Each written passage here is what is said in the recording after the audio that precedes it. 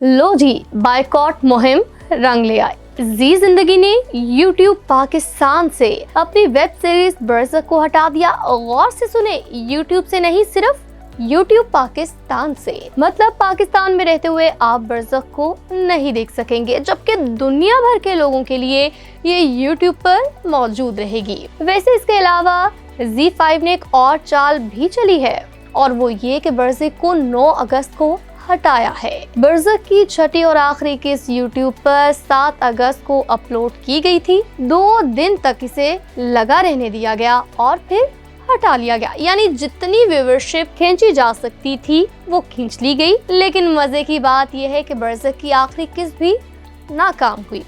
असल में बरज़क की पहली 2 किस्तों को तो ओवरवेलमिंग रिस्पॉन्स मिला था, सबने उसे बेहद पसंद किया था, और फिर रिलीज की गई उसकी तीसरी किस्त, जिसमें हम जिन्स परस्ती दिखाई गई। यहाँ से मामला गड़बड़ हुआ।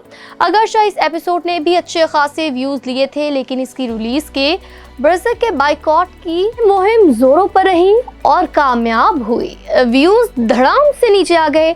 बरज़क के आखिरी किस्त को भी लोगों ने लिफ्ट ना कराई। इसलिए मुस्तकबिल में अपनी मजीद वेब सीरीज के बायकॉट से बचने के लिए Z5 और जी जिंदगी ने ये अक्लमंदाना चाल चली है। यूं पाकिस्तानियों की हमदर्दियां समझने की कोशिश की है।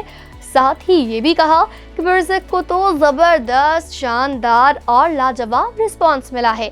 वैसे अच्छी बात यह है कि साफ साफ लिखा है कि पाकिस्तानियों के जज्बात की कदर करते हुए वॉलंटरली ये फैसला किया गया है। साथ ही पाकिस्तानियों की सपोर्ट का शुक्रिया भी अदा किया।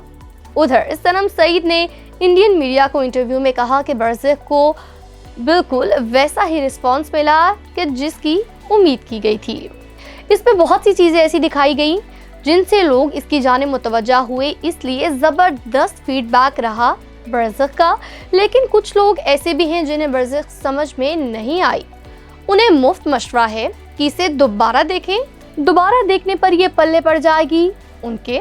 सनम सईद ने अपने इंडियन फैंस को खोए हुए बहन भाई भी करार दिया। कहने लगी, हम बेसिकली एक ही सरजमीन से ताल्लुक़ रखते हैं, हमारी परवरिश अलग अलग घरों में हुई है। बरज़क के जरिए अपने खोए हुए बहन भाइयों से दोबारा जुड़ना बहुत अच्छा लगा। दूसरी जानिब FIA साइबर क्राइम विंग ने डॉक्टर उमर आदिल को गिरफ्तार कर लिया। उन्हें लाहौर की मकामी अदालत में पेश किया गया और रिमांड की दरख्वास्त की गई, लेकिन जुडिशल मजिस्ट्रेट ने दरख्वास्त मुस्तरद करते हुए डॉक्टर उमर आदिल को जमानत पर रिहा करने का हुक्म दे दिया।